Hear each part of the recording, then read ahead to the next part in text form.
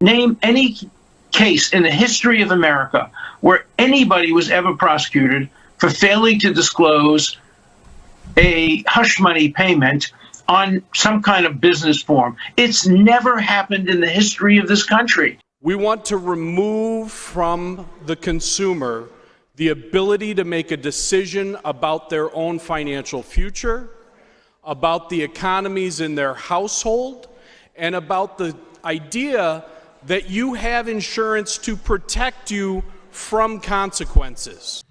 He's raising taxes on the people of Illinois who are already struggling to afford basic needs, and the many job creators fighting hard to keep people employed to pay for the migrant crisis that he has created.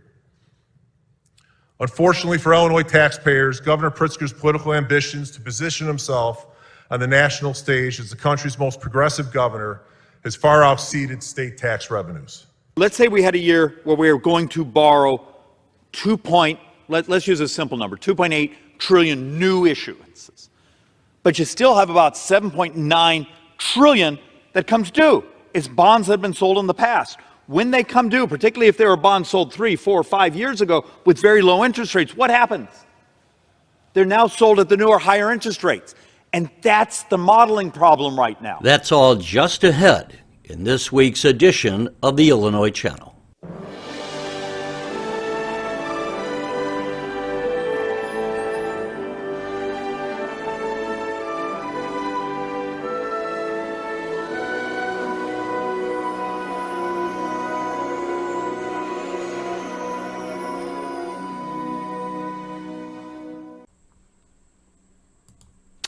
Hi, ladies and gentlemen. Terry Martin with the Illinois Channel, and I'm joined again by Jeff Berkowitz with Public Affairs TV in Chicago. And Jeff, as you and I are taping this, Donald Trump's trial in New York is now in the hands of the jury, and I want to tell the viewers that neither you or I know what the jury is going to be saying at this point, because it has just, as we say, they're in the second day of deliberations as we tape this on May 30th.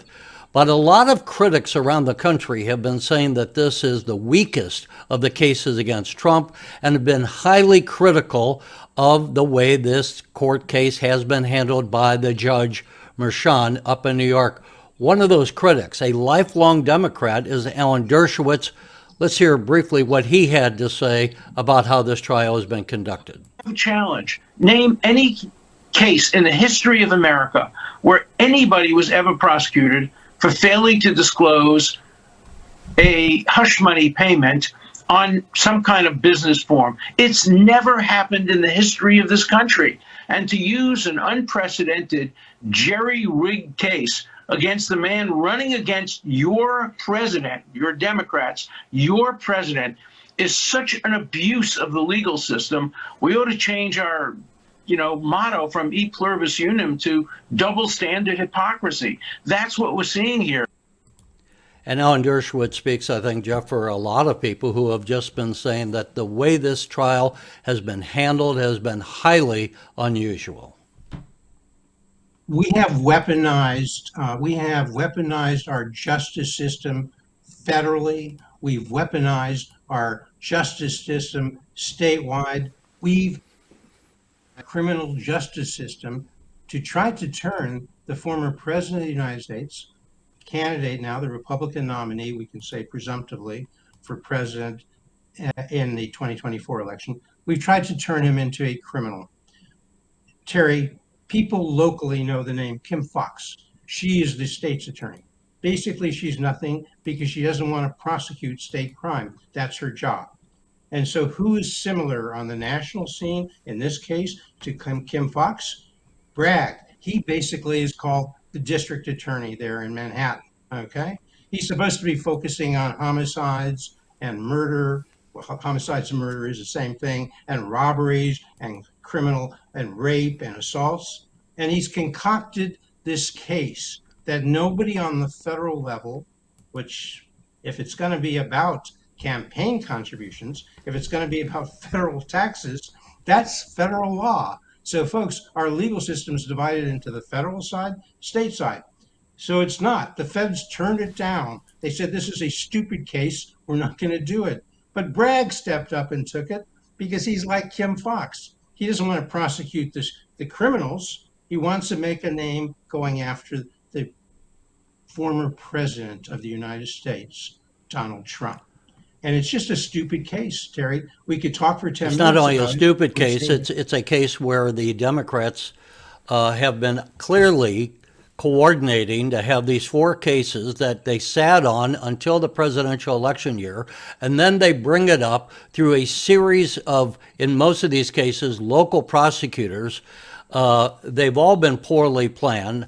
Now, you've got the one federal case. The documents case is a different animal. But you have these cases in Atlanta. You got the case in New York, the Fannie Willis. You got Letitia James trying to do stuff. And people have gone to calling this lawfare instead of warfare, but using the law as a political weapon.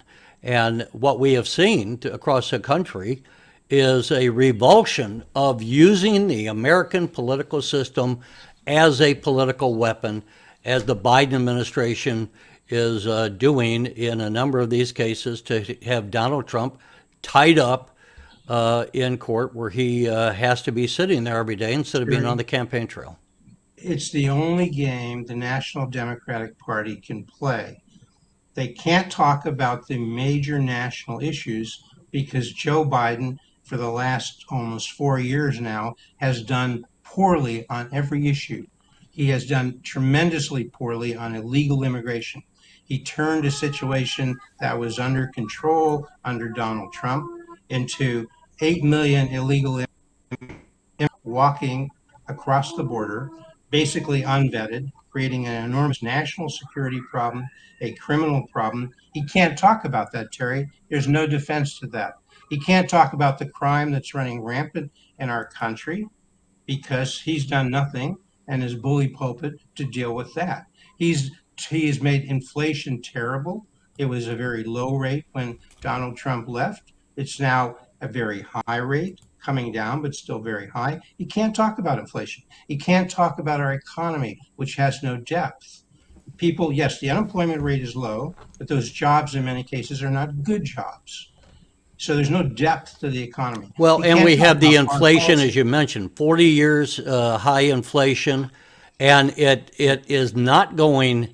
It's slowed. It did slow. The rate of increase slowed, but it's still up there, and it's still crushing middle class families, and the price is not going down.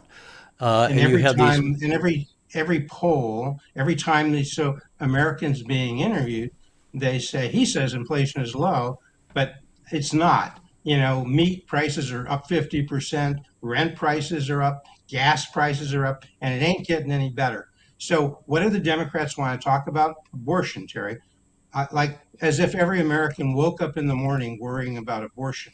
So they want to talk about abortion, and they want to talk about what they say is democracy, and they want to talk about January 6th, and they want to talk about Stormy Daniels and a hush money being paid. Because isn't it wonderful if we can talk about whether Donald Trump had sex with Stormy Daniels? You know what? They don't give a rat's ass. They don't care. They're trying to have a job. They're trying to pay their bills, and they're falling behind. Over $1 trillion of credit card debt. The middle class is getting crushed. And Jeff, what's happening, interestingly, for all these legal battles the Democrats have thrown to block Trump and to throw hurdles in the way of his political campaign, the news is it ain't working. Let's listen to a clip from Stuart Varney's show from this morning when he talked about the loss of support, severe loss of support among black voters for Biden. This year, according to the Fox poll, he gets 72%. Now, dropping 19 points with such an important group is frankly a disaster. Biden cannot get himself re-elected if he can't win all those voters back. So he can't win without those black voters, and we're not going to go into it now, Jeff. We don't have time. But it's not just the Biden-Trump. If the black vote, which the Democrats sorely need across the country, if they were to continue the way that poll showed, with 22% voting Republican, it could have an enormous impact on these Senate races that the Democrats are having to defend across the country this year. So that's another impact. But it's not just the black vote. According to a poll published today by Newsweek magazine online, Donald Trump holds a substantial 12-point lead now among independent voters, those who identify as independent. They say that Trump now has a 54% of the vote compared to 42% for Biden when we look at a head-to-head race, which it, for all practical purposes, will be. So this is continuing to be bad news for Joe Biden. And what we don't know, as we said earlier, is will Donald Trump be convicted of this crime in New York and what impact that may have. But if they have a holdout and it's a hung jury, then that could be counted as one more victory for the Trump campaign. Well, again, it basically is a state case. When you have this kind of case, it's not dealing with a violent crime, and it's in the state arena. If you don't have a criminal history, which Donald Trump certainly doesn't have, he ain't going to be doing time. The Democrats dream that they'll have the president behind bars because they've weaponized the judicial system. This guy, Juan Merchan, okay, who nobody's heard of, and who's lionized by MSNBC. They basically wrap their arms around on MSNBC and say, this is such a wonderful judge. Meanwhile, Jake Tapper, who's no Republican these days, who's no right winger, is basically laughing at this judge. And Tapper hasn't gone to law school, but he knows crap when he sees crap. I'll say that about Jake Tapper. And so it doesn't matter.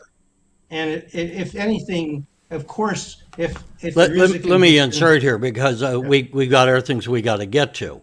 Sure. But we're going to continue to follow the campaign. We'll leave it at that.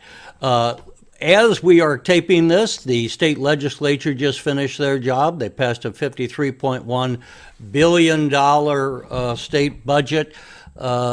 Surprisingly, it didn't climb as much. It climbed, but not as much as some of the jumps that we've had in recent years. And the governor is taking credit for passing, for the 6th year in a row, a balanced budget. Again, it has tax increases. It does not have any property tax relief for the voters across Illinois. But when the Republicans are in the super minority in both the House and the Senate, they can voice their disappointment, but they don't really have much say in how the budget is put together. Well, Terry, they could do more. We want to be fair here. We criticize Democrats from time to time. Maybe we should take a look at the Republican Party from time to time. When you say they're super minorities, so they can't do anything, well, they do have a House Republican leader, Tony McComey. They do have a Senate Republican leader, John Curran. They could talk about some of the problems, the real problems that the state of Illinois faces. They could talk about the outmigration from Illinois to states across the country and the declining population. Let me bring up a graphic here, Jeff. Speaking about migration from our friends at WirePoints. Yeah, this is from WirePoints. Why can't McComey and John Curran and the State Central Committee members, which we may get to in a minute, why can't they talk about that? Okay, what does it say? Illinois lost 418,000 tax filers to outmigration between 2011 and 2020. Every age and income bracket suffered losses. That's what those bar graphs on the bottom shows, okay? Those are the numbers of people on the left, net tax filers lost by age bracket. So whether it's 25, 26 to 35, over 65, we're losing them. We're losing them. Whether it's by income on the right, under 25,000, greater than 200,000, we're losing them, okay? Why can't John Curran and Tony McComey, the Republican state House and state Senate leaders, talk about that? They got a bully pulpit. Why can't the congressional? I want to be fair to them. It's not that they don't talk about it. They have talked about it. You could make the argument they could talk about it more, but you know they can't control. They can't control the press coverage. If the press chooses to ignore them, you know they're trying to do what they can. Terry, you and I respectfully disagree. I don't hear them, and I don't hear. They can go out. They can get to the press. We'll cover them. They could contact you. They could contact me. I don't hear. Let me tell you something. As somebody who you and I are both financially literate, is what I would say. We have a fairly good sense of how the economic tools are used. But most reporters, like most people, are financially illiterate. They don't like talking about tax. They don't like talking about the economy. They want to talk about issues like social justice and different things like that. Hold on, Terry. Let's not let off the media so easily as that. I think we have a slide here on all taxes combined.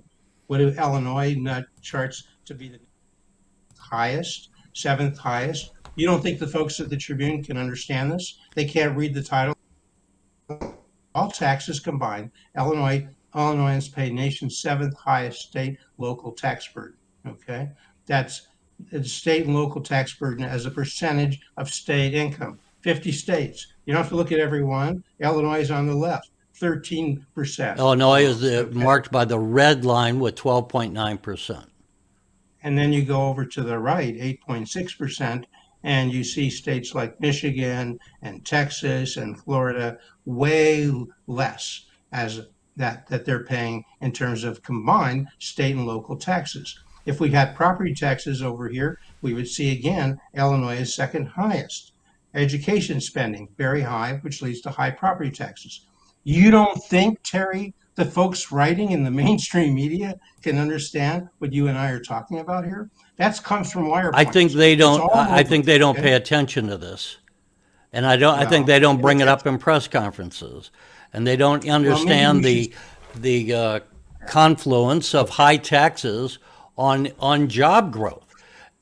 You know, and certainly a lot of people in the legislature, not just in Illinois but across the country. But in Illinois, there's a lot of people not connecting the dots with the cost of doing business in Illinois and how that adds to economic woes, not just for businesses but for their employees and the inability of them to pass along better salaries.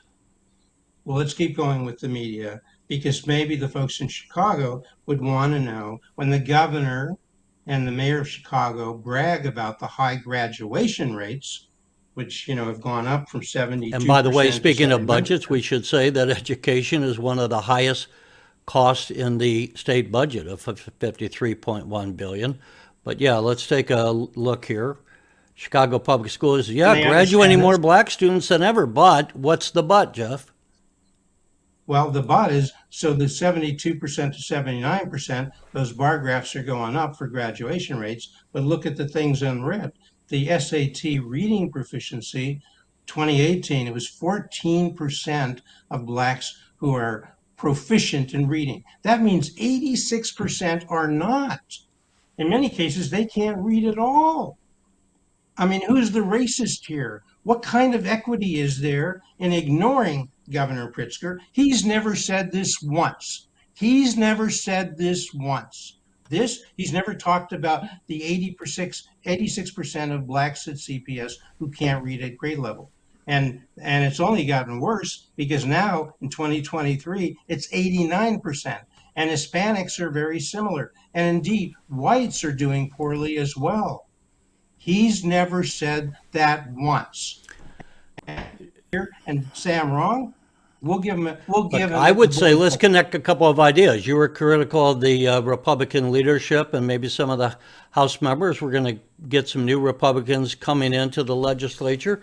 Let's connect that with what we saw with the polling, that more blacks are going to be voting Republican this year than maybe ever before.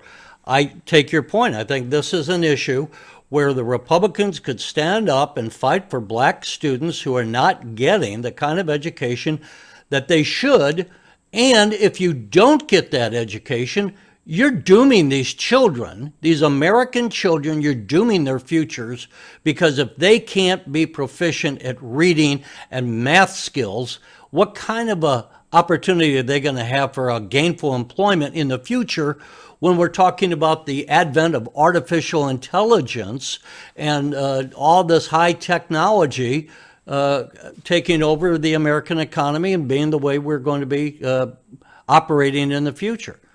Well, and Terry, since we're talking budget, and since Pritzker's been talking about the budget now for 5 months and talking about what a wonderful job he's done, shouldn't he be talking about the amount of money we're spending across the state per student on education? Is it We enough? always Is hear it there's enough? not enough money, Jeff, but let's take a look at this from our friends at WirePoint.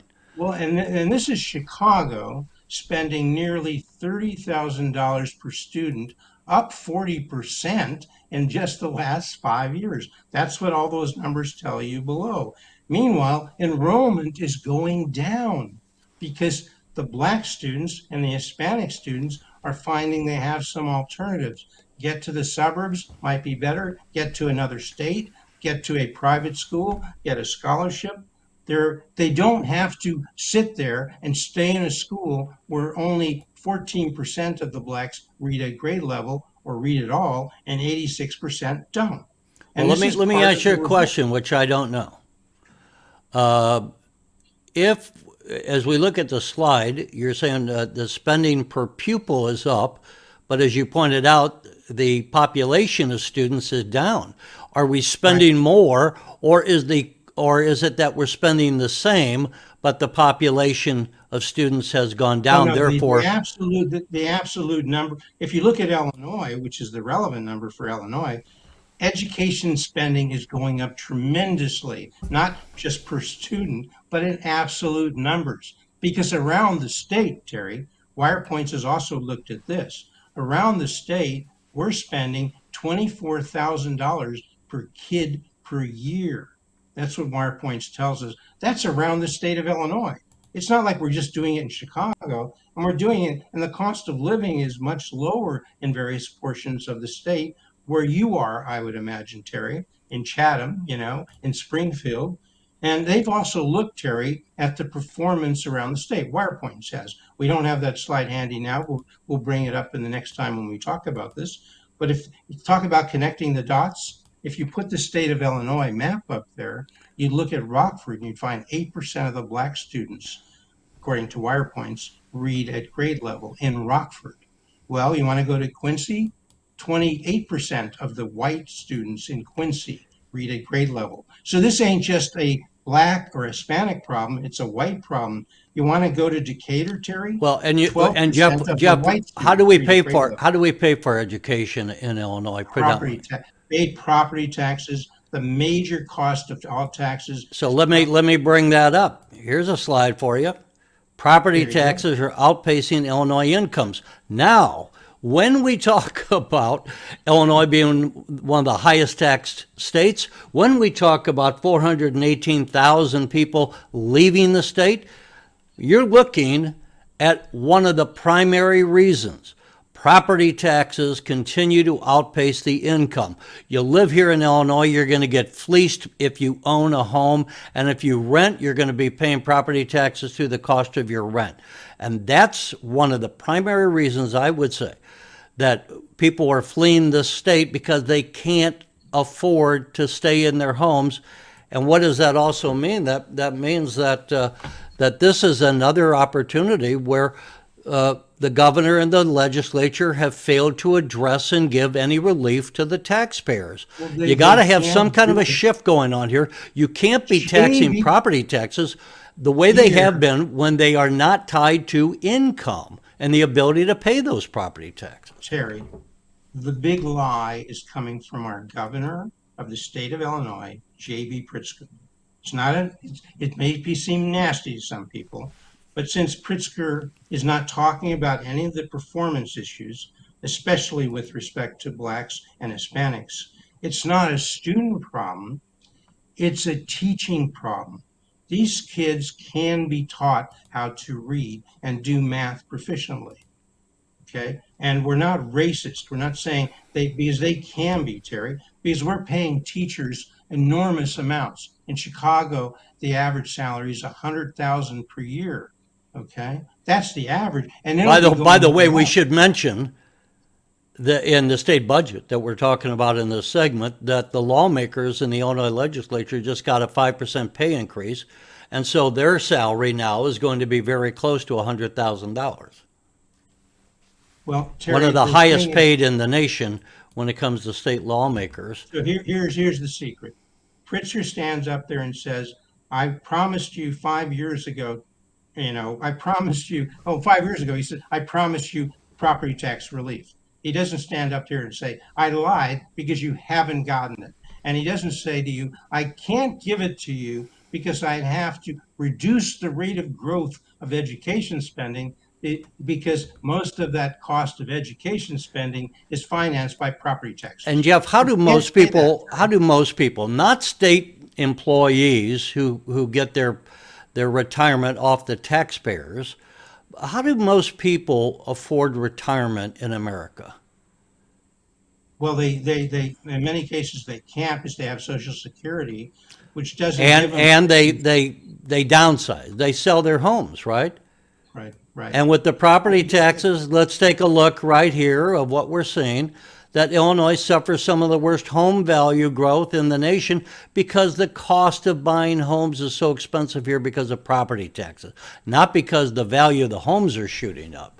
But this is causing a lot of problems, and I think what we're saying here is that these are issues that the Republicans could be addressing. Now, on that, we've got about 5 minutes left. I want you to be talking, Jeff. You did some coverage and wrote an article on the GOP convention that was just this last weekend, and we got some new players in the Republicans. Maybe this will make a change. Tell us what you can about what happened at the GOP state convention. Yeah, in Collinsville. The short of what happened here is the media and well, number one, the main Chicago media didn't cover this at all. Rick Pearson on the Tribune wrote 33 paragraphs on it, 3 paragraphs about how dealing with the choice of the new RNC committeemen, Illinois committeemen and Illinois committeewoman, okay? 3 paragraphs. It was ridiculous. It was a travesty. That's what the Chicago Tribune gave you, okay? And the main thing is to make this end on a positive note, Terry, end on a positive note. The terrible performance by Governor Pritzker and the super majorities in the Democratic Party present a tremendous opportunity for the Illinois Republican Party to be revitalized. But they didn't spend any of their time on that. There was a big debate over how do we put it succinctly? There was a big controversy of the state central committee's choice to be the Illinois Republican committeeman. Richard Porter was term limited, so he had to give up that position. There were 3 people running. Vince Kober, and he's been very active in the Illinois GOP and the Republican National Committee. This company has done tremendously well over the last 30 years, Rizitco. He was one person running. Mark Shaw has been very active in Republican politics for the last 30 years, but has made a lot of enemies. That'd be the short of it. And the other person running was the new kid on the block, Dean White, who's 55. And Dean White won the election. And Dean White and by the way, let's insert that I think what we're talking about, maybe not. You meant Richard Porter. There are 2 national committee people per state, right. A man and a woman. Now, Dean White was running for what position that he got? What is his new title? Illinois GOP committeeman. Replacing Richard Porter. RNC committeeman. Okay. Yes, he's the Republican, which is the Republican RNC, Republican National Committee committeeman. It's a little bit redundant. And Belfort is replacing the new committee woman because the prior committee woman. I don't know these people. Do you know Dean White? I do know D. Might. I've talked to him for several hours. And what He's can a you, nice Will, guy. here's the thing, I think, we're talking about the Donald Trump Republican Party. It's not the party anymore of the Bushes or Reagan as in the past. How will Dean White play in the Donald Trump political party that we now have? I think he'll be fine. He'll be a Trump guy, and that's not the problem. The problem is the guy who's been most active in raising money, giving money to the Illinois GOP, the chair of the Illinois GOP Finance Committee, also active in contributing and raising money for the RNC, was Vince Coburn. The most active guy was rejected essentially by I guess I would say the state central committee initially and never got to a floor vote. He's been rejected and replaced by somebody who's done virtually nothing to raise money or give money to the Illinois GOP or to the Republican National Committee. So you have to wonder, will Vince Coburn still be there to raise and give money to the Illinois GOP? And the reason why that's important, Terry, is Well, we got about 10 seconds coming up here. Okay. We've talked about the issues and the lack of performance by the Democratic Party. If the Republicans want to raise those issues, they need money to get their message out. All right, we'll continue to cover this and the rest of the stories, but Jeff, we're going to ask the people to make their comments if you like what you heard. But in the meantime, we'll say goodbye.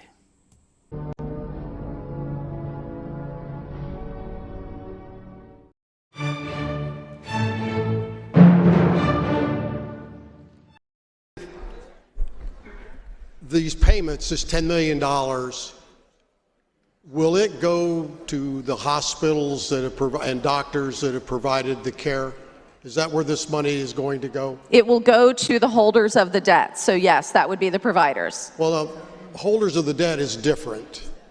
Well, if you have a debt to a hospital. Okay, but I mean, in some of these instances, a hospital will sell their debt to a collector. Is that what you anticipate? It's really to prevent anybody from getting to that place. So will this hospital... This will prevent people from finding themselves in collections. But is it, I guess, at 100%? I mean, are the hospitals going to then transfer this debt to the collector agency at 100%? Are they going to get paid back 100%? Or are they only going to get paid 10 cents on the dollar? The idea is to do this prior to a hospital selling that debt to a collection agency. Instead, the debt would be sold to this fund. At 100%? Yes. Okay. Then I don't see how you get from 10 million to 100 million. But that would be the private dollars being invested. Okay. And will people that are in this state illegally be eligible for this program? I'm sorry, say it again? Will people who are in this state who are not citizens of the United States, will they be eligible to participate in this program? It's silent on that. Pardon? It is silent on that.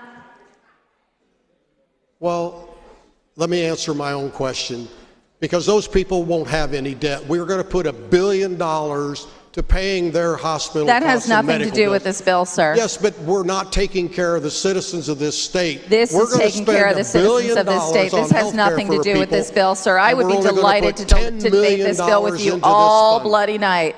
No. But this is not about this bill. To the bill.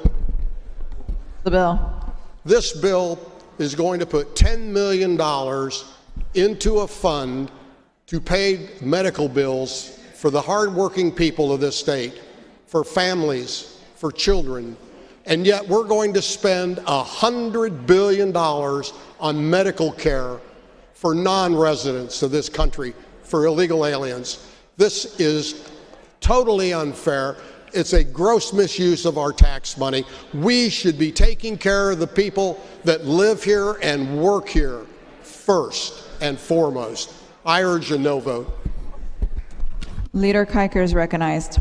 Thank you, Madam Speaker. To the bill. I want to make a point here, but one of the things I think the prior speaker made a point on that I just want to clarify is I believe for the immigrant health care programs, we're spending not 100 million, but close to, if not exceeding, $1 billion in the proposed budget before us. But when we look at what we're doing, it's a good thing, right? And that's why I think we've seen so many non-for-profits in our country support similar debt strategies for medical debt. But we had a great promise 15 years ago when we first saw the Affordable Care Act, and what has started out as a good intention with the Affordable Care Act has made a mockery out of affordability because of what we've seen happen in this chamber over the course of this spring and every spring that I've been here. We continue to make insurance for health care more and more expensive because of the mandates that we continue to pile on.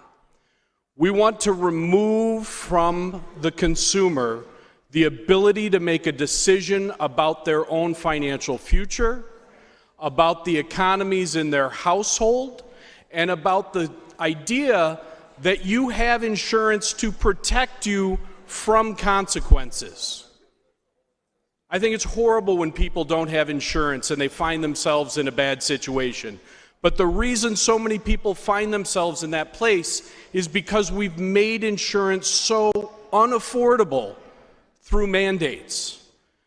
There are tens of thousands of families in this state who would easily take on additional risk, additional higher deductibles without the mandates in exchange for a cheaper premium, so that they could have it if the absolute worst struck their family. We need to continue to trust the American taxpayer to know what's in their own best interest and reintroduce a concept of consequences for the decisions that we make so that we can be there for the most vulnerable in our communities and support them. Thank you. Representative Hallbrook is recognized. Thank you, Madam Speaker. Will the sponsor yield? She indicates she will. Thank you. Representative, I'm just looking at some numbers here on my screen about the magnitude of this issue. I just want to kind of get a grasp on how large this issue really is. Our numbers are telling us that there's 1.9 million Illinois residents with medical debt in collections. Would you agree with those numbers? I'm just trying to get an understanding if that's close to the right number. I don't have an exact number, but your Googles are as good as mine. Well, again, this is from staff, and I trust them to be right. And I'm not trying to argue about that. I'm just trying to get a kind of an understanding about how big this issue is. What I know is that almost everyone I know has dealt with medical debt. Say that again. I didn't. Almost everyone I know has had an issue with medical debt. It is about the most universal thing that we experience. And for us to be able to do something about it, this is an opportunity for us to work together and do something about it. Yeah. Well, I mean, if you don't have the numbers, again, my next question would have been is how many people would you believe by those numbers would qualify for this funding? But if you don't have a number to start with, maybe that's not going to be able to come up with. If we had 1.9 million, I guess our numbers would indicate 1.7 million would qualify for this program. But we also see here there's something over $4 billion worth of debt held by this 1.9 million people in the state of Illinois. And why this is of interest to me is there's 12 counties in Illinois, central and southern Illinois mostly, that have 20 to 30% of the residents living with this medical debt. So when you look at the statewide, that's an average of, I think it's 12 or 13%, 14% statewide. So we have kind of an extremely high number in central and southern Illinois. So these numbers are kind of important to me, and I'm just trying to understand the bigger picture to the previous speakers. You know, we have a couple of issues, and maybe I'll just go right to the bill. You know, Representative Calkins spoke about the health care cost of $1 billion plus that we're spending on a population of people that's here illegally in this country. Representative Leader Kiker talked about the government has gotten involved with health insurance and made it unaffordable to a lot of citizens of the state of Illinois. I think we've got to really look at reforming this system. A $10 million program, as well-intentioned as may be, and they may be able to, the sponsor, sounds like you're able to leverage those dollars to receive some private dollars to help alleviate this pressure. But I think we just got to look at this thing overall, figure out how to reform our healthcare system, and figure out the priorities of the spending of the state of Illinois, that if this is a worthy program, that it goes to provide some relief to these individuals, and again, not spend hundreds of millions or billions of dollars on a population of people that are here illegally. Thank you, Madam Speaker. Representative Cassidy to close. I agree that we have a healthcare crisis in our country. I agree that access to healthcare and medical debt is a massive problem. And I love hearing from my colleagues over there that this doesn't go far enough, that we need to do more, that we need to make healthcare more accessible and more affordable. And so I look forward to continuing to work for universal healthcare. I look forward to working with these guys to expand this program exponentially as we need to. Vote yes.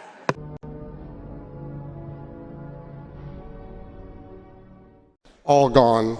Tyson Foods have closed down. Quaker Oats factory in Danville going. Since the decimal in 2020, the census, since 2020, they estimate that we've lost an additional 240,000 citizens since 2020. Unemployment. What's our $200 billion done for the unemployed in Illinois? Actually, nothing. Our unemployment is still one of the highest in the country. You know, the government is supposed to help people become independent. In Illinois, the number of people in the last 6 years dependent on the government has gone up. Almost 1 million people on Medicaid, almost 100,000 more people are dependent upon us for food stamps compared to when we started. So as you debate and you think about voting for this budget, I ask you, what have we done for the people of Illinois in the last 5-6 years with the $200 billion that we've spent?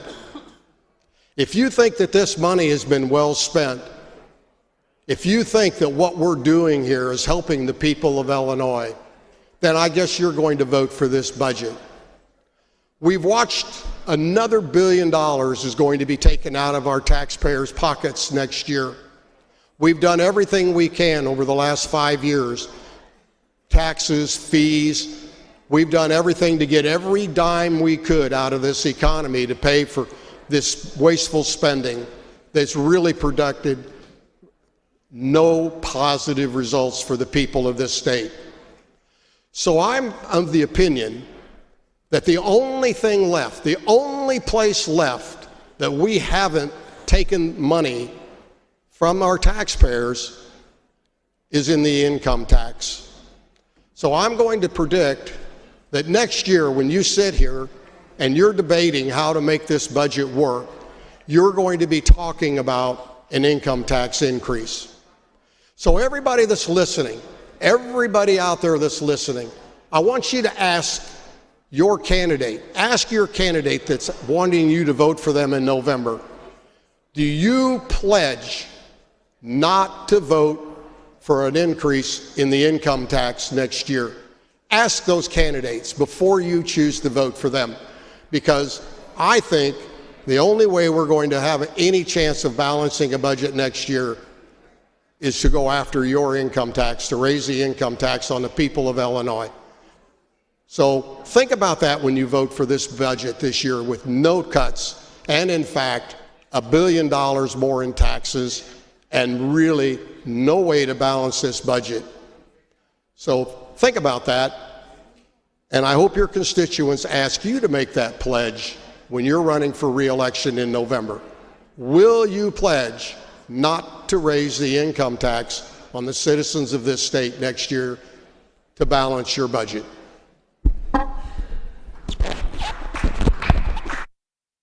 On page 7, we have House Bill 3046, Representative Ann Williams.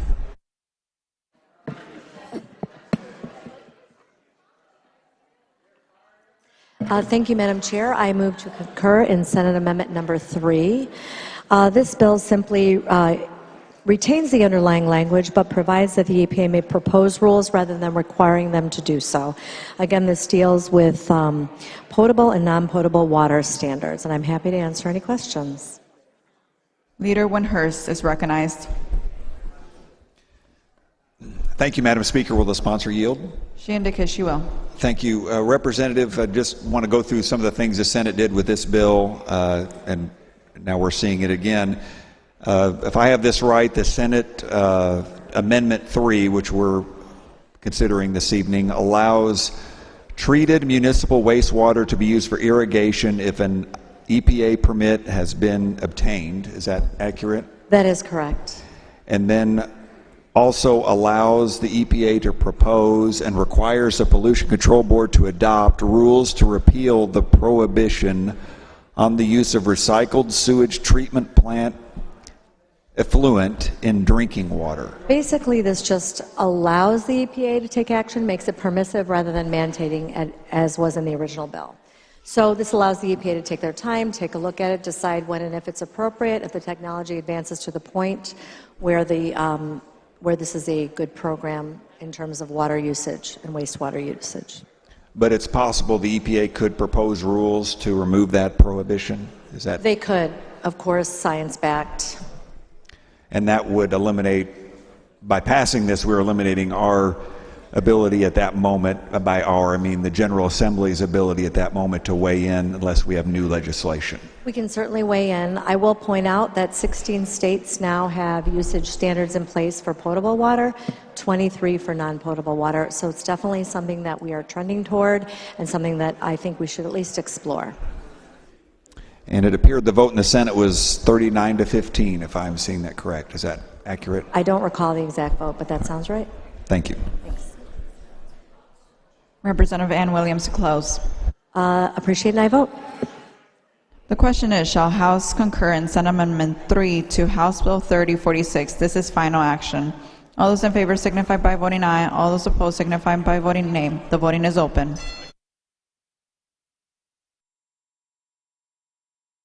Have all voted who wish? Have all voted who wish? Have all voted who wish? Mr. Clerk, please take the record. On this question, there are 72 voting aye, 37 voting nay, and 0 voting present. The House does concur to Senate Amendments 3 to House Bill 3046. And this bill, having received a constitutional majority, is hereby declared passed.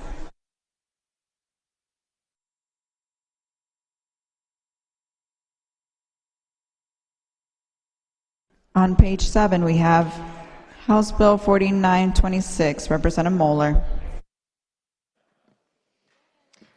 Thank you, Madam Speaker. House Bill, as the body will recall, House Bill 4926 amends the Landlord-Tenant Act to prohibit a landlord from charging an application screening fee if an applicant provides a properly prepared, reusable tenant screening report with all of the necessary information to the landlord free of charge. I am concurring, or I move to concur with Senate Committee Amendment number 1 that addresses some of the concerns that were raised by the Illinois Rental Property Owners Association. It makes a few significant changes. One, it requires that the provided report contain all the criteria consistently used by landlords in screening prospective tenants. It makes clear that no provision of the bill can prohibit a landlord from collecting and processing an application with supplemental information in addition to the report, so long as the prospective tenant is not charged an additional fee for this report. And it refines the definition of reusable tenant screening report and provides that the report must be written and prepared by a consumer credit reporting agency. I would be happy to answer any questions and would continue to request a favorable vote on this legislation. Thank you. Leader Winhurst is recognized. Thank you, Madam Speaker. Will the sponsor yield? She indicates she will. Thank you. Representative, on the underlying bill, it seemed that there were several opponents, landlord associations, rental property owners. Do we know what their position is with the amendment?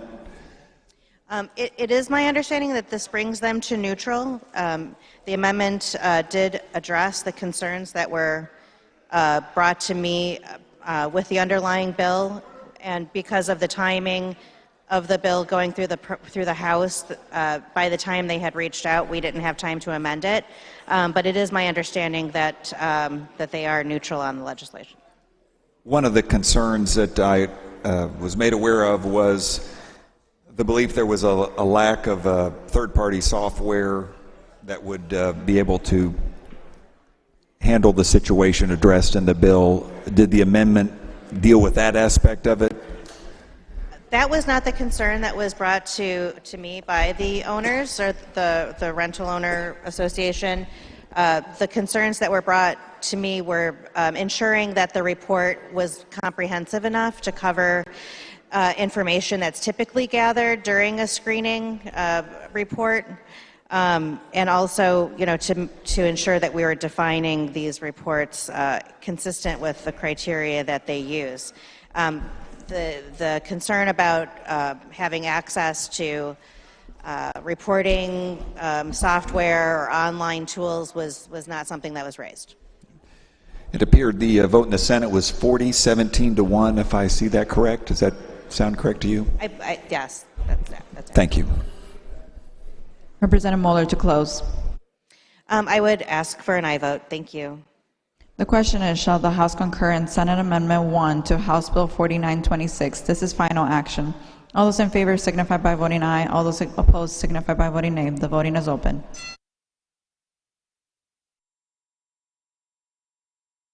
Have all voted who wish? Have all voted who wish? Have all voted who wish?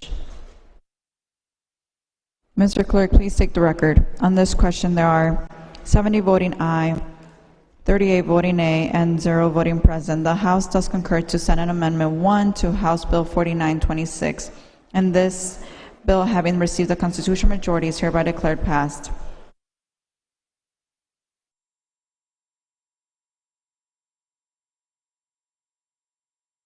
House Bill 4942, Representative Moeller. Thank you, Madam Speaker.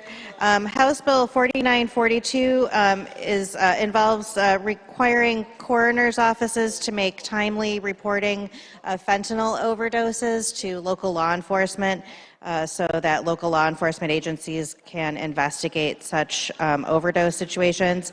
I do concur with Senate Committee Amendment number 1, which was requested by the Coroners Association and addresses some of their concerns.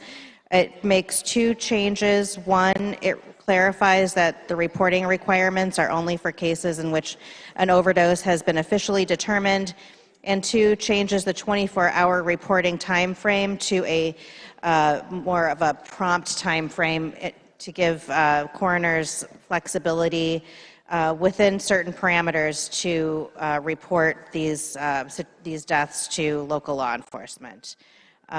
It is my understanding that there is no opposition and would ask for an aye vote. Representative Hallbrook is recognized. Thank you, Madam Speaker. Will the sponsor yield? She indicates she will. Thank you. Representative, early on there was a lot of opposition in committee, and on the House floor we had a lot of no votes. You've made some changes in the Senate, or the Senate's made some changes, and you've talked about those briefly.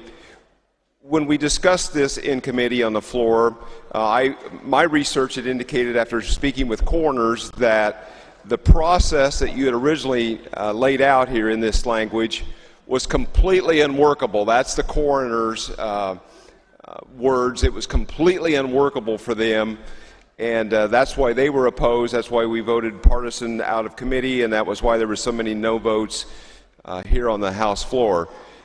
My understanding is that their opposition has been removed.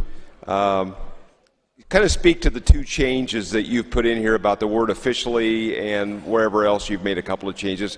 How does that make this better for the coroners and evidently is more workable to them? How does that do that? Well, I know that the change in the reporting time frame gives them a little more flexibility in terms of when they receive the toxicology report and when they report that to local law enforcement.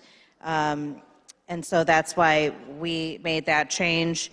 And in tightening up the official overdose determination, that it was that the fentanyl had an overwhelming cause in that overdose, I believe gave them helped them be more supportive of this. But I had not heard from the coroners that they felt that the underlying bill was unworkable. They were generally supportive. There were certain coroners who had opposition to the bill, but overall, the Coroners Association was generally supportive, and wanted to work on this legislation and supported the underlying need for the legislation, and that's why we've worked with them to, make sure that they are, completely comfortable and able to implement the legislation. And in fact, according to our analysis, they have been brought into as a proponent rather than just neutral. Well, Representative, thank you for that explanation. I think that puts us in a better position than we were earlier this spring.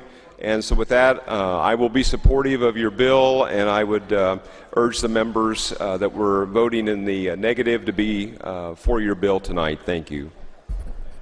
Representative Mueller to close. Thank you. I would urge an aye vote.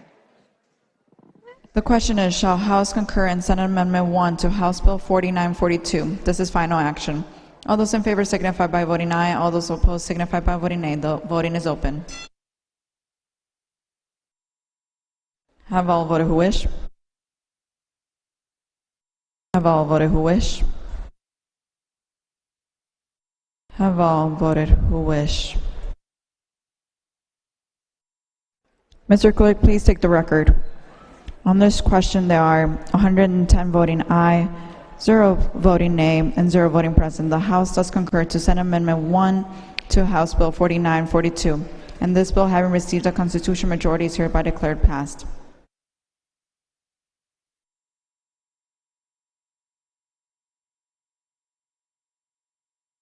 On page 7, we have House Bill 4261. Representative Stewart.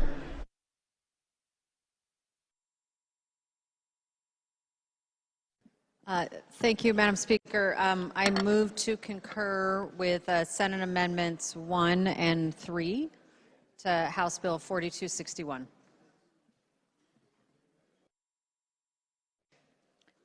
Leader Windhurst is recognized. Thank you, Madam Speaker. Will the sponsor yield? She indicates she will. Thank you. We have some task force and commission extensions in this bill. Is that correct? That's correct. It appears that one of them is the Creative Economy Task Force within DCEO that's actually created by this bill. Is that accurate? Yes, that is the only newly created task force. That came from House Bill 4959 this year. And that was House Bill 4959, which passed our body 97-9. Correct. And then we also have an extension of the Illinois Flag Commission. Is that accurate? Yes, that is accurate. It gives a 10-month extension for the final appointments to be made so that work can begin, and a 5-month extension to the due date for that commission. The question was asked in committee. The commission reports to the GA. It does not dictate any change to the state flag. And when is that report to be made to the General Assembly? As I understand it, the report is to be made by April 1st of 2025.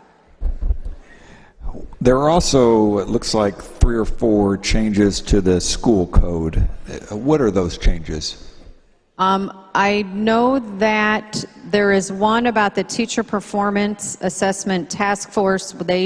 I serve on that task force, and we decided we just needed an extension of about 3 months to just make sure that we have a buffer time to complete our work. I'm not sure the others that refer to the school code.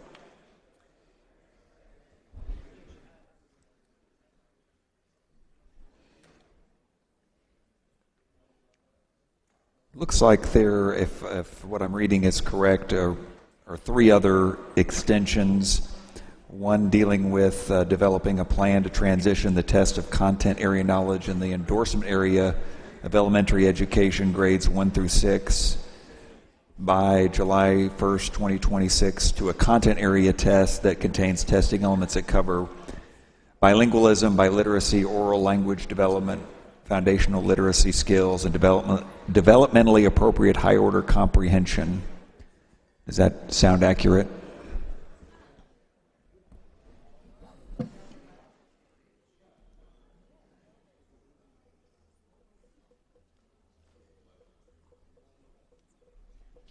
The only place that we see the change to the school code is in the date for that teacher performance assessment task force, which deals with what we currently use as the EdTPA, and it's looking at possible other alternatives. If you could point to a page or a line, that would help us. With the one you referenced, that is moving from August 1st to October 31st? Yes.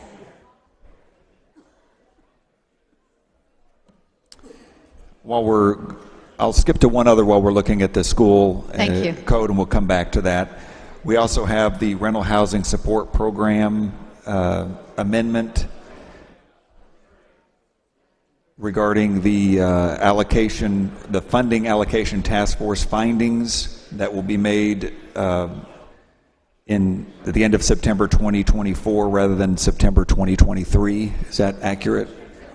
Can you, which one are you referring to? The rental housing support? Correct. I have that it's a 15-month extension. What date do you have that is Shall due by? report its findings by December 31st of 2024.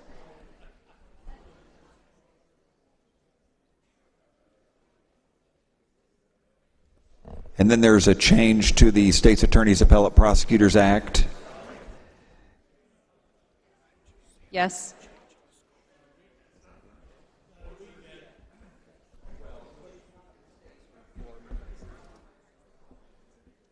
Oh, that's the one that requires them to meet twice a year instead of 4 times a year. Thank you for answering my questions. Thank you very much. Leader David Smeyer is recognized. Thank you, Madam Speaker. Will the sponsor yield? She indicates she will.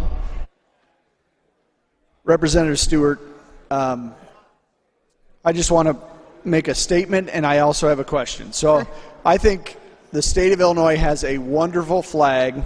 I don't think there's any need to extend that commission. And the other question that I have is, what is the Alternative Protein Innovation Task Force?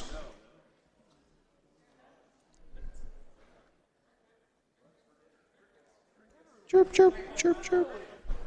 So the task force was created in order to research how the alternative protein industry can be beneficial to the state.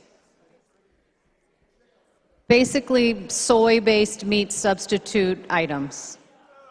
We grow a lot of soy. New ways to use it. We certainly do, and Support we use those it in our soy fuel, farmers. not in our. Okay. Nope, I appreciate that. Not sure that I think we need that task force, but I will probably be a no because of those two task forces. Representative Stewart to close. I would appreciate an aye vote. The question is, shall House concur in Senate Amendment 1 and 3 to House Bill 4261?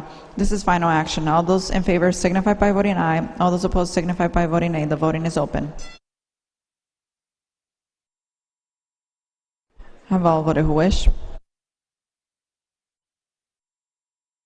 Have all voted who wish? Have all voted who wish? Mr. Clerk, please take the record. On this question, there are 74 voting aye, 36 voting nay, and 0 voting present. The House does concur to Senate Amendment 1 and 3 to House Bill 4261. And this bill, having received a constitutional majority, is hereby declared passed.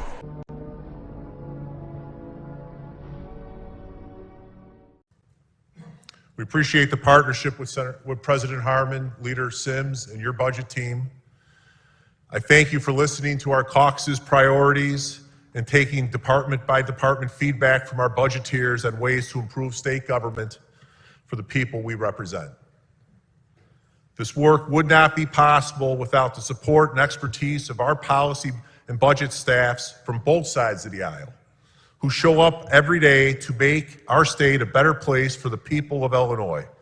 Thank you, all of you, for sharing your talent and your time with us. I know these aren't traditional working hours, and the sacrifices you make in your lives outside of this building are the truest form of public service. Throughout this budget process, we have brought forth many positive proposals, some of which are included in this final product. The inclusion of these items is a testament of the positive impact that our caucus can have by showing up and fully participating in the process. They are also proof that the people are better served when both parties are at the table. We've also continued to introduce legislation and budget priorities throughout this year to help counter Governor Pritzker's misplaced priorities. Instead of supporting measures to reduce parental choice, we introduced policies to help parents keep their kids safe, like Deputy Leader Resin's Safe Screens, Healthy Minds initiative, and Senator Harris's legislation to require age verification to enter adult websites to better protect our children on the internet. Instead of more taxes on Illinois families, we supported Senator Tracy's child care tax credit, Senator Bennett's bill to save and invest in kids, and caucus initiatives to reduce property taxes and eliminate the estate tax to help working families keep more of their hard-earned dollars. Instead of renaming criminal offenders to justice-impacted individuals, we want to help victims of domestic violence through Senator McClure's legislation to increase penalties for violating orders of protection and give victims more time to get away from their abusers with my proposed modifications in the pretrial presumption. We stood together as a caucus to defend those who cannot defend themselves by supporting increased funding for our developmentally and intellectually disabled adults and our calls for reform and greater oversight of DCFS. We've tried to save lives with legislation to help get fentanyl off our streets and better protect victims of stalking. These aren't right-wing talking points. These are real solutions for the most challenging and persistent problems facing average Illinoisans. They are common sense policies to help make Illinois a better place to work, live, and raise a family. And an example of how Republicans are here to do the serious work to move this state forward. We were disappointed that these policies were given little consideration in the legislative and budget processes, and the governor's proposed budget, inflated with press release programs and non-citizen welfare spending, remains largely intact from when first introduced. While this budget is undeniably complicated, the message the governor is sending with it could not be more clear. He is raising taxes on the people of Illinois who are already struggling to afford basic needs, and the many job creators fighting hard to keep people employed to pay for the migrant crisis that he has created. Unfortunately for Illinois taxpayers, Governor Pritzker's political ambitions to position himself on the national stage as the country's most progressive governor has far exceeded state tax revenues. So did Governor Pritzker go back to the drawing board, reduce spending, and end his policies that have created the largest migrant crisis in the Midwest? No. Instead, he doubled down, expanded programs, increased state spending, and now today is raising taxes on Illinois families and job creators to pay for it. And that is still not enough, as the governor is also raiding the road fund and other dedicated capital diversions. These tax hikes are even more unjust when you consider we still have no idea how much he is spending on the migrant crisis he created. For months, Governor Pritzker has refused repeated personal and legislative requests to provide a full, transparent accounting of his non-citizen spending. President Biden's refusal to secure our nation's border, coupled with Governor Pritzker's quest to use non-citizen welfare policies to propel himself on the national stage, is playing itself out in this very budget before us. It is patently unfair to require Illinois taxpayers to fund their joint failure. This is not leadership. The people of our state deserve a governor who is going to stand up and fight for them, not use their tax dollars to further their personal ambitions for notoriety and higher office. A budget isn't just a spending plan, but a concrete list of priorities. Governor Pritzker's budget before us today prioritizes newly arrived non-citizens over the taxpayers that everyone in this room was elected to represent. I have great respect for this chamber and for all the senators that serve in it. While our backgrounds, platforms, and worldviews oftentimes are very different, I truly believe that each and every one of us is here with one common goal: to improve the lives of the people we represent. I believe now, as I did at the beginning of this process, that the people of our state are better served when we all work together on their behalf. My colleagues and I will continue to look for ways to work towards common goals and to lift up our many diverse communities throughout this state, and will be steadfast in our commitment to making people, rather than politics, our top priority. Sadly, I believe the budget we are voting on here today is a missed opportunity to push back on the governor's misguided agenda.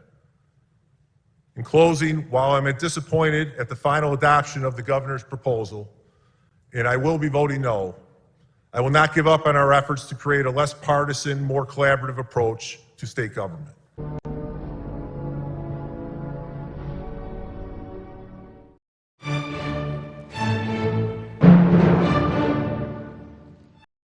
I apologize to anyone that doesn't like math or complexity. Originally, I had promised I was going to do something more simple tonight, and let's just say it didn't work out. So the three things we're going to try doing this evening. One, I want to spend a few minutes talking about folklore. The things we get as members of Congress, and this is both for the folks on the left and the right, you know, the comments we get, things people believe, and I want to walk through a little bit of that. I want to do sort of an update status on what's happening financially. And then I'm going to broach a subject that's really uncomfortable, and that's going to be talking about sort of the future. I'm going to talk about sort of fertility rates and what that means to being able to finance Social Security and other things. And for anyone that does not like math, please just go watch something on Netflix right now. A couple weeks ago, I did a whole presentation on the work we've done on what it takes financially to save Social Security. And one of the things I'm genuinely angry about, and I've been angry about for years, is the left uses Social Security as a weapon, and our folks are terrified to talk about it because every time we talk about trying to save it, we get attacked. And then my brothers and sisters on the left will say, well, just raise the cap. And we showed the math. We had two PhD economists spend months working out the math, and raising the caps doesn't get you anywhere close to stabilizing it. And the immorality of this place being willing to double senior poverty in 9 years. You do understand, even if you raise the caps, I showed math that you were still having about a $400 billion shortfall in the first year. And if you did all the taxes, you might got that down to $250, $300 billion shortfall. Today's math says the average couple in 2034 will take a $17,400 cut. We will double senior poverty. Is that a Republican or Democrat perversity? I'll just argue it's a moral one. Why can't we actually work on the math? Yet, when I chaired the Social Security subcommittee, every time I tried to do a room full of actuaries and those things, my brothers and sisters on the left found more joy in the politics because it's a powerful issue. And absolutely immoral what we're doing. There's this concept of a black swan. That's something that sneaks up on you and blows you up. There's this concept of a white swan. You see it coming and you don't do anything. We have the actuary reports in front of us. I know this is a math-free zone, so one of the first things I want to walk through is a concept of, when I did the speech a couple weeks ago, it's had a couple 100,000 views on YouTube. God bless, yay. And then you read through the comments, and those of us in Congress know about half of our comments are bots. A lot of them are Russian bots, which is hysterical. But you read through some of them, they stole my Social Security money. Okay, let's do a math and sort of walk through, because this is really important to understand. The Social Security Trust Fund built up, particularly when the baby boomers, because there was a population bubble that actually built up those tax receipts, had $3-4 trillion in it. Now that's rolled over. No one stole the money. What happened was, you're not going to just let the cash sit there. So the cash was actually loaned to the Treasury, and the Treasury gives a T-bill, a type of Treasury bond. Just like if you walked into your bank and said, I want a U.S. T-bill. Same thing. And twice a year, the Treasury pays interest. The problem right now, when you hear many of us get behind these microphones and talk about the Social Security Trust Fund getting emptied, is the amount of tax receipts that come in your FICA tax every month don't cover all the checks that are going out. So every month they have to take a little bit of one of their T-bills, their Treasury bills, and hand it to the Treasury and say, we need some cash. We need some cash. Give us some cash so we can make this month's Social Security payments. But every time they do that, they use up a little bit of that savings account. And that's that savings account, the trust fund, that is emptied in 2033 or 2034. The Social Security Trust Fund, just like the Transportation Trust Fund, just like the Airline Trust Fund, all the trust funds that are borrowed from, they're paid interest. I'm going to get this wrong, but I think actually last month, because Treasury pays interest twice a year to the Social Security Trust Fund. I think last month may have been 30 billion, 40 billion.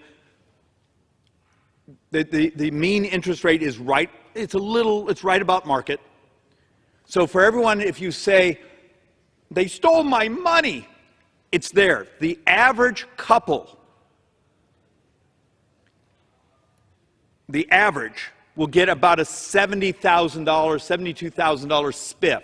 So the money they pay into Social Security over their lifetime, the average will get about $70,000, $72,000. Now understand, that's a crap rate of return. If you had been able, 20 years ago when it was being discussed, been able to take a little sliver of that money and put it in the market, you would have had a ginormous, I love that word, larger rate of return. Politics of that became toxic. There were lots of campaigns saying, you're trying to privatize. Okay, that world is gone. It's Medicare that actually has the huge problem of, for every dollar you put in, you get almost $5 back. Social Security, you get pretty much the money you put in, crappy rate of return, but you get that back. That's the first folklore I wanted to go over. Number two, you saw in the comments, why aren't there people there? If this room was full as I'm giving this presentation, we got a problem. Because when you're sitting in this room, this is for voting. This is for debating. This is not necessarily where you do your work. You do your work in your meetings and your subcommittees and your primary committees. So when you see the room empty, this is how it's supposed to be. Now, when you have someone behind them, idiot like me behind one of these mics, you're probably on 1,000 televisions. So a lot of these presentations I do, I'm as much here to talk to staff and try to educate them on what's going on in the math. So that's actually one of the things you look for. Another one, I want to say, I have this neighbor, wonderful guy, loves screwing with me. About every 6 weeks, he sends me this text message with this article that's completely fake. David, why do you get 100% of your pension? You got it on the first day. Why do you run again? None of that's true. That's all made up. And you're functionally, for, I think, 25, 30 years, the pension system we have is pretty much identical to the forest ranger. The only reason I say those things is I believe when you see those sorts of comments in posts and other things, it's an attempt to distract. It's an attempt to avoid dealing with what's really going on around us. Madam Speaker Pro Tem, House is not in order. I agree. Can the House be in order? Will members please take their conversations outside? And sorry, as you know, this room has a really weird echo effect. And actually, the echo sort of goes away when there's lots of bodies in here. Where there's not, the sound bounces all over. So one of the points I wanted to go to tonight is what's happening. The economy is actually fairly decent right now. GDP growth is fairly decent. Yet I want to make a point because we did the math just before coming to the floor. So we're functioning, what, 5 months into the fiscal year? We have added $1,443 billion, $1,243 billion in that 5 months. My current math is right now about every 123, 25 days at the current borrowing per day, we're adding another $1 trillion. This is in a time where the economy is pretty good. That means if my average since functionally October 1st is right now we're borrowing about $7.9 billion every day. Got to understand what that ultimately means to us because it's actually been accelerating. I think on Friday we set our all-time record. I think we were up to borrowing like $95,000 a second.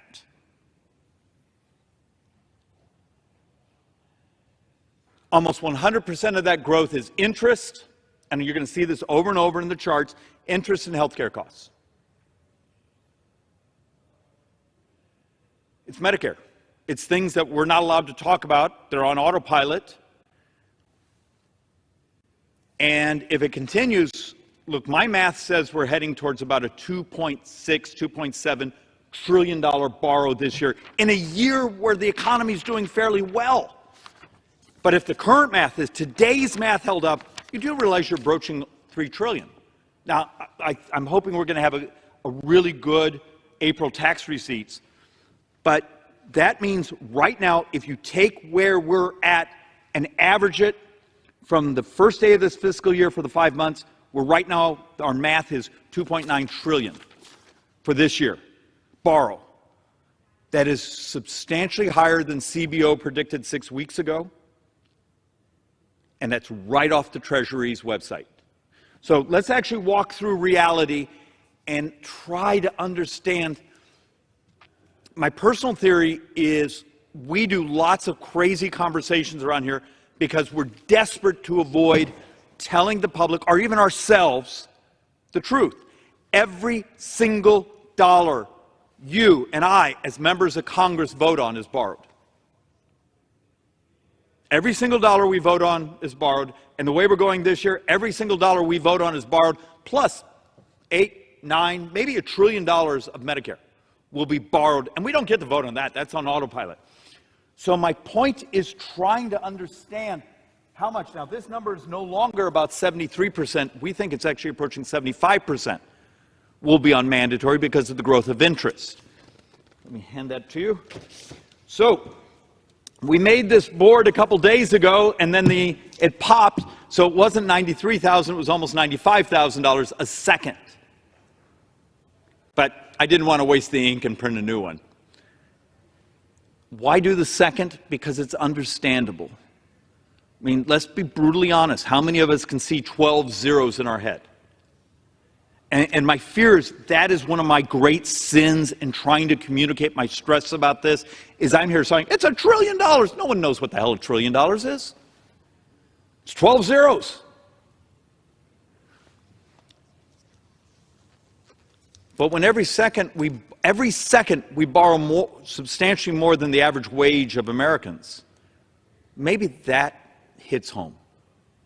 So let's actually sort of walk through what's going on, and then my sarcasm here is going to be my anger at myself My brothers and sisters here, particularly on the left, but also on the right, we've been debating and fighting over things that don't even qualify as a day's borrowing.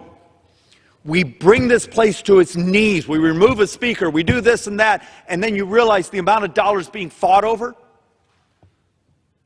only equal a couple days worth of borrowing. But darn it, it got us on television. I got to raise some money on the internet. And it's that type of false profit that I will argue is our demise, because if I can get you to fixate on the shiny objects, you're never going to be willing to absorb the truth on how ugly these numbers are. So this is where we're heading towards right now for 2024. Social Security will be our #1 spend. Looks like it's baseline, though it looks like it's ticking up. We're actually seeing something interesting where a number of retirees asking for benefits is actually ticking a little faster than we expected. But $1,450 billion. So $1,450 billion, #1 spend, Social Security. Interest, both gross and potentially net, but gross interest now is our second biggest spend. And I just had to redo the math, because our math right now looks like for 2024, we're going to cross $1.1 trillion of just interest. Just interest this year. And I know for many people who are forced, because you're employed, to sit here and listen to an idiot like me talk, you've heard this before, but it doesn't seem to sink in. Is paying $1.1 trillion, is that a Republican or Democrat? It's math.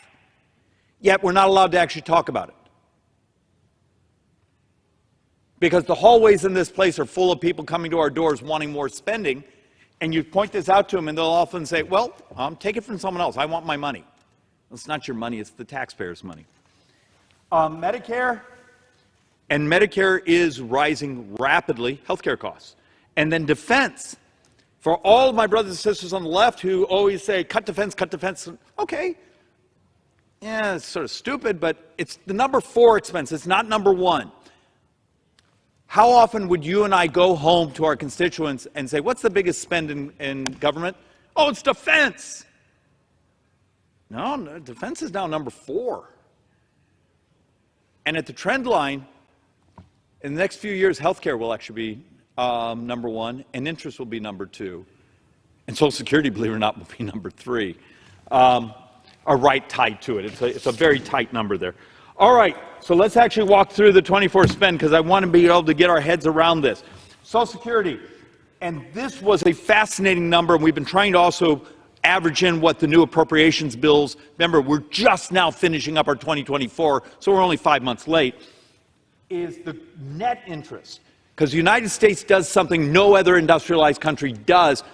We play a game with how we describe our borrowing. Oh, that's borrowing from the public. This is borrowing from the trust funds. So if anyone's listening right now and you question this, go on, the OECD. Go in and Google right now, or your favorite search engine, what is the debt to GDP of the United States according to OECD? And you're going to get a number, it's like 144%, because they don't let the scam artists say, well, you borrowed it from yourself, but you still have to pay it back, and you're going to have to actually borrow money to pay it back while you're paying interest for it. It's a con. We should never allow discussions in this place and not use the terms gross borrowing, because what? Is it magic money? We don't have to pay it back? It's just money we didn't have to go float publicly traded bonds, but we still have to pay it back. And the reason I built this chart is I wanted you to see a line right here. Even the net interest, so the publicly borrowed money, the interest we're going to pay on that, is still the second biggest spend in this government.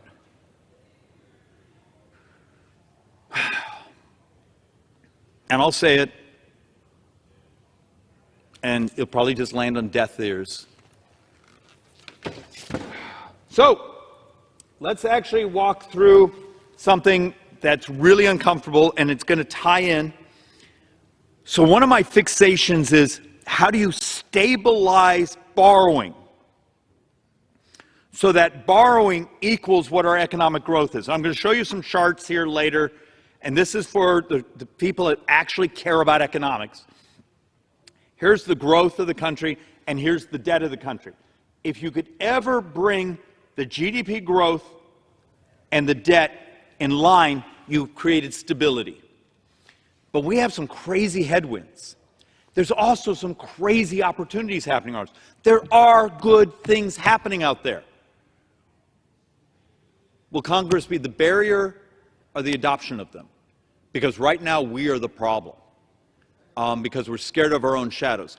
So if I came to you right now and said, let's come up with a way to stabilize Social Security, let's stabilize Medicare, it's moral. It's our moral obligation. We made a social contract in this society. Okay? We got a problem. And it's all something almost no one here ever talks about. We're not having children. United States fertility rates have collapsed. This number's wrong. It's our latest number for last year is not 1.64, it's 1.63. France has a higher fertility rate than the United States. Even when you adjust for their immigration population, they still have a dramatically higher fertility. Most of Western Europe looks like us, and we're worse than a whole bunch of the world. How do you and I set public policy so 25 years from now, remember, Social Security is substantially a pay-as-you-go system. Today's workers are functionally paying for today's retirees. The trust fund was the shock absorber. Trust fund is disappearing. But my future generation of workers is going to be smaller. And you're already seeing this in school districts all over America, where the number of students they have are shrinking. Are we willing to have the really interesting discussion of, okay, are there things we could do economically to make it so family formation, so there's more children? There's things we could do to help, but almost every country it's tried has not been able to change fertility rates. I think in Hungary, I think I saw something that, you know, third child, they buy you a house, fourth child, you get some sort of like prize, and it's barely ticked up their fertility rates. It's a really difficult question, happening all over the industrialized world. So if you can't really change it, do you actually build public policy to deal with it? Do you accept the fact that we're going to have a lot more automation? It means capital investment.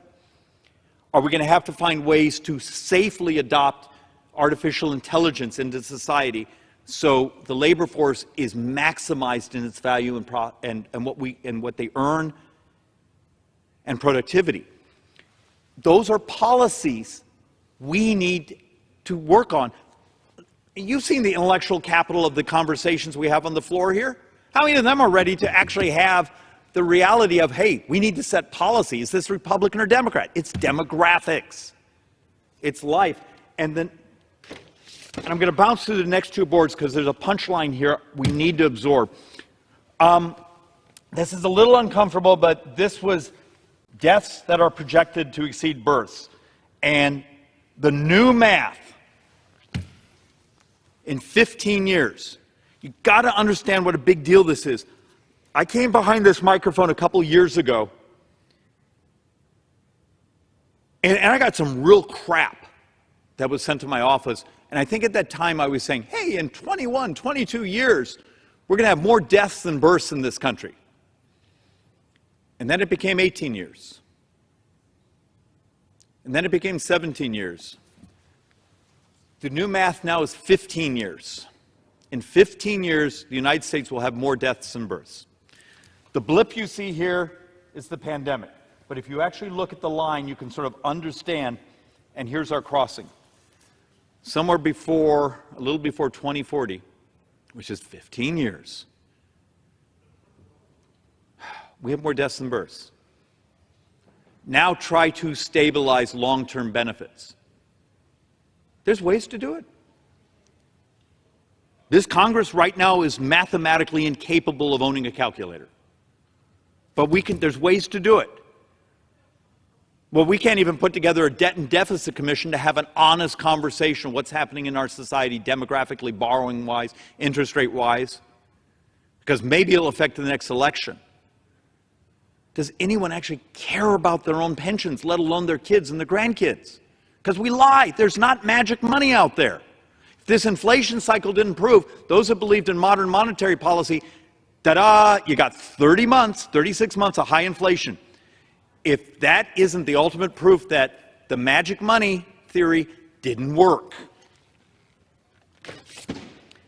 And here's the punchline. Social Security actuaries is the green line. They actually had fertility rates going up. These were our baselines. The baselines are also already have continued to show that they're wrong. Be prepared over the next year to see dramatically different numbers coming at us on what our future looks like when financing this society, because our next generation is going to be smaller. It's just, it's math. There's ways to make it work. There's ways to make this a society of prosperity.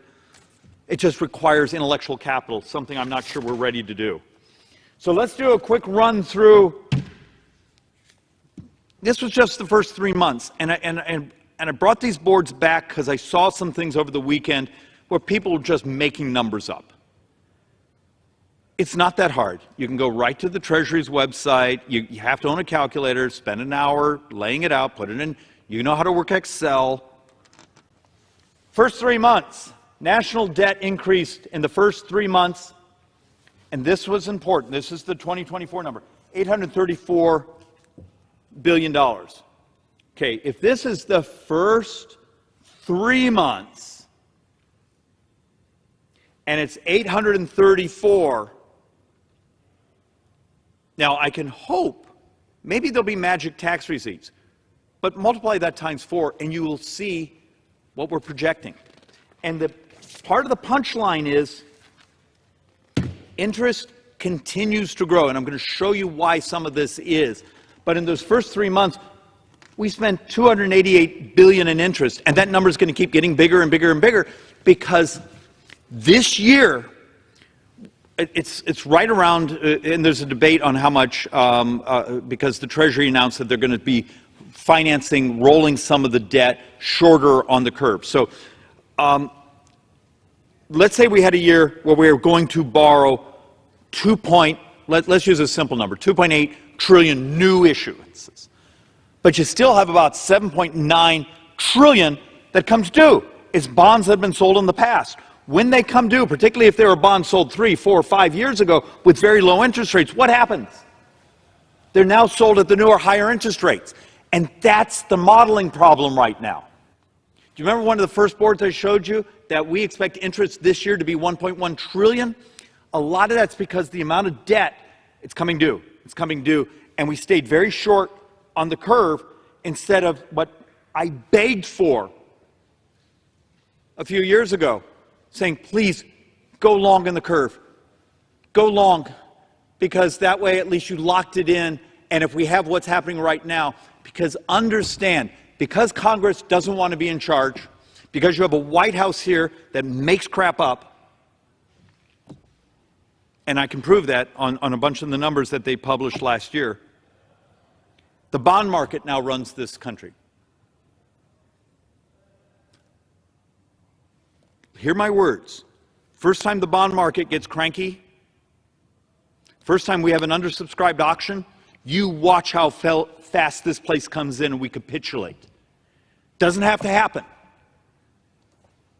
But we are, because we've abdicated our jobs, we basically have made a decision.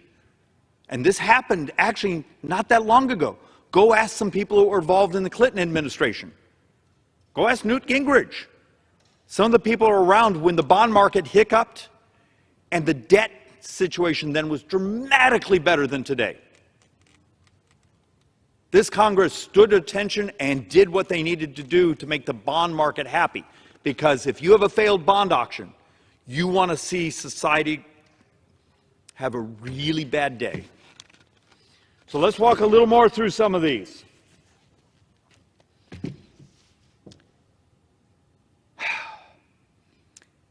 Okay. Total interest costs continue to rise very quickly. And look, I'm just trying to make a point here. First 4 months, if this was 2021, we spent $159 billion in interest. This year, our first 4 months, 357. Remember my point I was trying to make? Interest and healthcare costs. So we're going to knife each other here over discretionary. And understand, I have some things I would do in discretionary, and I'm going to talk about it, and I promise you it will be a television ad attacking me, but it's honest. But we don't control this. The thing we can do is if we convince the bond markets we're taking the debt seriously, maybe the interest rates to buy our debt get more efficient, get lower. But the only way the bond market gives us that spiff is because we do our work. And we've proven over and over we're incapable of doing our work. So, this was my calculation as of a week and a half ago, and now it's gone up again. But we were basically trying to say, my frustration was last September, we were projecting, hey, interest is only going to be $709 billion. And then when we got a little beyond that from October to January, we borrowed $357, and then you start to annualize that, and that's how you're getting closer. Now that's actually going up from that. I'm just trying to make a point. CBO, OMB, a lot of the people around us, they're good people, they're projections. Something's gone horribly wrong in our math and our modeling. We keep being really off the mark. These are dangerous. You know, if you're on the left and you care about social welfare policy and the ability to afford that, if you're on the left or right and your fixation is economic prosperity and opportunity, we're going to crush both sides. And it's right in front of us. And we do almost nothing to tell the truth about it. I brought some boards about interest rates. I don't know if anyone really cares, but when you start to understand that the differences out there, marketable, unmarketable is payments to trust funds and other things. Marketable is you have a bond, you could sell it tomorrow. You have those. Interest rates on outstanding debt, and remember, much of this debt had been sold down here in the trough around 1.5 or so was the mean yields. Now it's coming in at well over 3. Okay, you go, huh? Just understand that difference is you just doubled your interest costs. All right, let's go into something that's uncomfortable. One of the first boards I showed that every dime a member of Congress votes on is borrowed. Okay?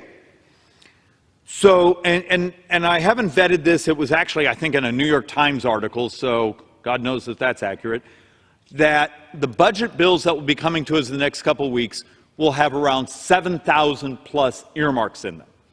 Now, the earmarks are only a tiny, tiny fraction of the spending. Okay? Accept what it is. A really uncomfortable question. Is it actually moral? Is it good economics to borrow money, because that's what we do. Everything we're going to vote on here is we're borrowing. To borrow money, and many of these are things I like. But is it appropriate to borrow money here and send it to entities that actually have their own taxing authority? Gets better. Turns out we spent a little time looking at municipal bond debt earlier today. Do you know cities, states, counties, particularly the highest rated ones, those with like AAAs, and you have to do the tax adjustment because muni bonds have certain tax benefits. Many of them actually have lower interest rates than the United States sovereign debt.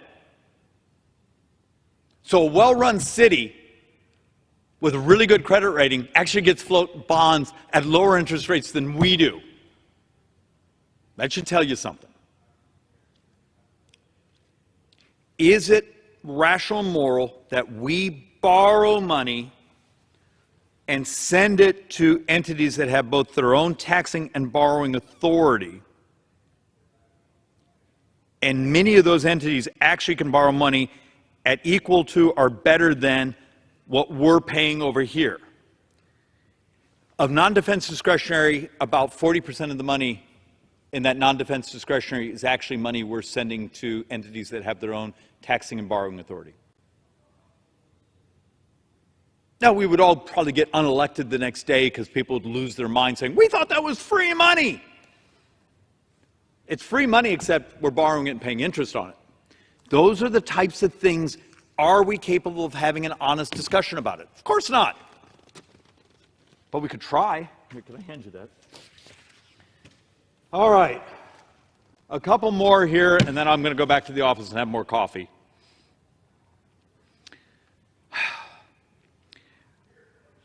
There's often an argument, you can borrow money, but you need, in the long run, to keep it close to the growth of your economy. So how often do you hear people talk about the debt to GDP and the fact the United States now is functionally at 100% of public and borrowed, and if you do total gross, you're well over 140% of debt to GDP. Okay, let's use that entity, and then we adjust for inflation. Because remember, $1 the day President Biden came into office and $1 today, that dollar today is worth 22, maybe 23% less. So you have to do all these inflation calculators. But this is actually that fancy, what's the fancy word? Ceteris paribus, held equal. Trying to point out the increase in national debt, but this is the increase in GDP over 2023. So if this growth here in this debt were right about this green line, you'd actually been stable. In a weird way, when you have a politician stand in front of you and say, we're going to pay it off. Really? Did I mention every dime we vote on is now borrowed, plus close to $1 trillion of things we don't even get to vote on, mandatory spending, things like Medicare, is borrowed? It would be nirvana if we could just work our heinies off and get stability. Bring down the growth of this debt so it would match our growth rates. And the benefit of that is, for the left, if they want to spend more money, great! Grow the economy more, creates more capacity, more tax receipts, more borrowing capacity. For those of us who want to cut, we actually know the number we're working towards. That's how we would do it if we'd put on our economist hat.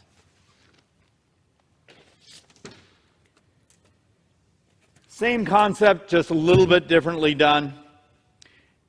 Increase in national debt outpaced growth in the economy by more than $1 trillion over the past year. And that's what that bond market's going to be looking at. It's that debt to GDP, and when does it hit stress? When does a spike in interest rates? When does a recession? When does a pandemic? When does a war make it so your likelihood to be paid back your interest and your principal? And understand, when the United States actually has, and dear God, please don't let it ever happen, that moment of stress, that failed auction, we put the entire world into a depression. The entire world, let alone your pension, let alone my kids' future, depends on us getting our act together here. So the last chart, and this one is a little difficult because there's some anomalies in the numbers, but we didn't have time to fix it. So on occasion, we'll go all the way back to 2000. Now remember, 2000 had an unusual tax collection year because the year or two before that, there were massive capital gains because of the dot-com bubble. So the number is always distorted. But at that year, we collected 20% of GDP in taxes. Okay, long-run average has been about 17.8. So let's actually go to 2023. That year, we collected 16.5% of GDP in taxes. We still had some of the legacy of COVID and some other things. But the other part of this chart, I'm trying to show you the hierarchy of spending. You know, Social Security, where Medicare, defense, others, and you start to see this spending up here, when you start seeing that green, well, the green is nothing but interest. And our problem is, even with the projections, which I hope are right, that long run over the next 8 years or so, we start getting up close to 18% of the economy in tax receipts. Okay, great. The gap continues to still widen. And most of that widening is our projection of the benefits we've promised our brothers and sisters who get older. Our, 67 million of us who are baby boomers. Our health care benefits, the interest we owe, and then back to the point earlier. What do these numbers look like in 2033, 2034 when the Social Security Trust Fund is empty? Will the policy be we're going to raise taxes? Okay, except I've already done the presentation multiple times on the floor where I brought in the economic data from both liberal groups and other groups that showed even tax maximization. This is the punchline, please understand. The tax maximization, when you do the economic effects, you get about 1.5 points of GDP. So you take people $400,000 and tax maximize everything for them. Tax maximize their income tax, their capital gains tax, their estate tax. You just do it all. You get about 1.5 points of GDP. Yay! And then over here, for those of us who want to cut things, you take everything that's been discussed in discretionary, the debate we've had in this place for the last several months, and it's a fraction of a percent. It's not even a rounding error. So you'd have to change programs, change spending, adopt technology, make people healthier. Understand, the single biggest thing you could do to bring down borrowing over the next decade, take on things like diabetes. 33% of all healthcare spending. And it would be moral, and is that Republican or Democrat? It's just the right thing to do. How many brilliant discussions have you seen behind these microphones of saying we're actually looking for real solutions? No, we're too busy knifing each other.